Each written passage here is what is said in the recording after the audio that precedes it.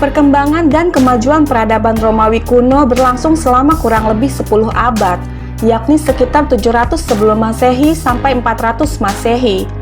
Dalam kurun waktu 10 abad tersebut, peradaban Romawi kuno dibagi menjadi 3 zaman, yaitu zaman Kerajaan Romawi di tahun 750 sampai 510 sebelum Masehi, zaman Republik Romawi di tahun 510 sampai 31 sebelum Masehi, dan zaman Kekaisaran Romawi 31 sebelum Masehi sampai 476 Masehi.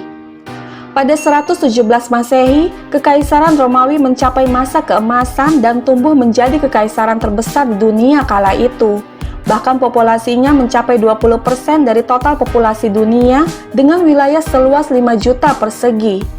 Namun, sejak akhir abad kedua Masehi, Kekaisaran Romawi mulai menunjukkan tanda-tanda kemunduran hingga akhirnya runtuh pada 476 Masehi. Tanda-tanda kemunduran Kekaisaran Romawi dapat dirasakan semenjak wafatnya Marcus Aurelius pada 180 Masehi. Pengganti Marcus Aurelius adalah kaisar-kaisar yang lemah, seperti contohnya Commodus di tahun 180 sampai 193 Masehi. Pada masa pemerintahannya, sering terjadi kekacauan, korupsi, dan pertumpahan darah. Commodus pun akhirnya terbunuh dalam huru-hara yang dilakukan oleh pihak militer. Seiring dengan merosotnya kewibawaan Roma, persaingan, konflik, intrik, dan kemelut internal juga semakin subur. Diocletianus adalah kaisar Romawi yang berkuasa antara 284 sampai 305 Masehi, berusaha untuk mengatasi sejumlah kemunduran supaya kekaisaran tidak runtuh. Akan tetapi, upayanya untuk membangkitkan kekaisaran Romawi juga tidak berhasil. Selain konflik internal, salah satu penyebab keruntuhan kekaisaran Romawi adalah pecahnya kekaisaran menjadi dua. Pada masa pemerintahan Theodosius, Kekaisaran Roma dibagi menjadi dua bagian, yaitu Roma Barat dengan ibu kota di Roma dan Roma Timur dengan ibu kota di Konstantinopel.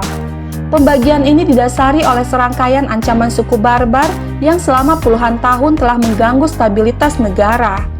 Akan tetapi, pada kenyataannya, pembagian wilayah ini justru mendorong keruntuhan Kekaisaran Romawi. Segera setelah kematian Theodosius, kekacauan terjadi dan berbagai provinsi Roma penuh dengan kekuasaan bangsa asing.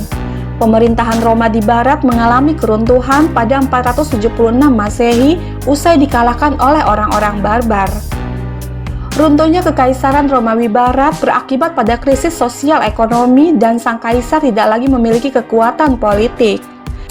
Singkatnya, Kekaisaran Romawi benar-benar runtuh pada tahun 476 Masehi akibat serangan suku barbar yang dipimpin oleh Odoacer.